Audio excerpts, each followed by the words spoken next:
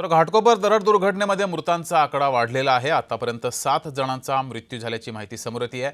2 ते 3 घरांवर ही दरड कोसळली आहे। घाटकोपरच्या गौसिया चाळ परिसरातली ही घटना आहे। पावसाने डोंगराचा भाग या घरांवर कोसळला आणि या दुर्घटनेत 7 जणांचा मृत्यू झालाय।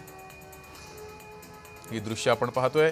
घरावर दरड कोसळली, यामध्ये 7 जणांचा मृत्यू झाला। त्यानंतर या दुर्घटनेनंतर या ठिकाणी बचाव कार्य युद्धपातळीवर सुरू केलं गेलं। मात्र या दुर्घटनेनंतर जे मृत आहेत त्यांच्या कुटुंबियांना अश्रूही अनावर झाले।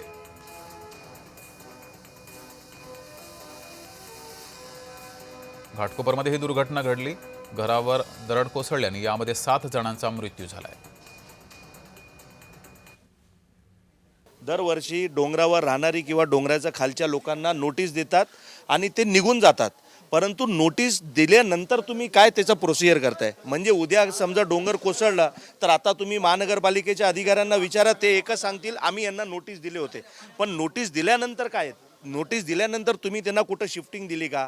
की बाबा HDL मध्ये रूम खाली आहेत, तुम्ही त्यांना शिफ्टिंग केली का? की कुठल्या शाळेत तुम्ही त्यांना पाठवलं का? असं काही होत नाही। फक्त आणि फक्त नोटीस देण्याचं काम करतात आणि असे प्रकरण होतात। महानगरपालिका सत्ताधारी आता येणार 5 लाख 10 लाख आणि 15 लाख, कदाचित आता 15 लाख देतील, तेवढं काम करून स्वतःचे श्रेय लाटण्याचा प्रयत्न करणार आणि इकडनं निघून जाणार।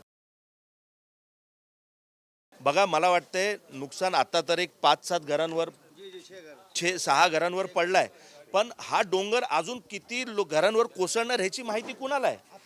आता सुद्धा धोकादायक आहे। तुम्हीच पत्र दिलंय ना, नोटीस दिली आहे की बाबा हे धोकादायक। माझं म्हणणं आहे की या लोकांना सगळ्यांना HDL मध्ये शिफ्टिंग करावी, या डोंगरावर राहणाऱ्या लोकांना, आणि त्यांना सुरक्षित जागेवर रितू तावडे आणि अश्विनी भिडे मॅडमनी डिसिजन घेतला पाहिजे आणि त्यांना शिफ्टिंग केली पाहिजे।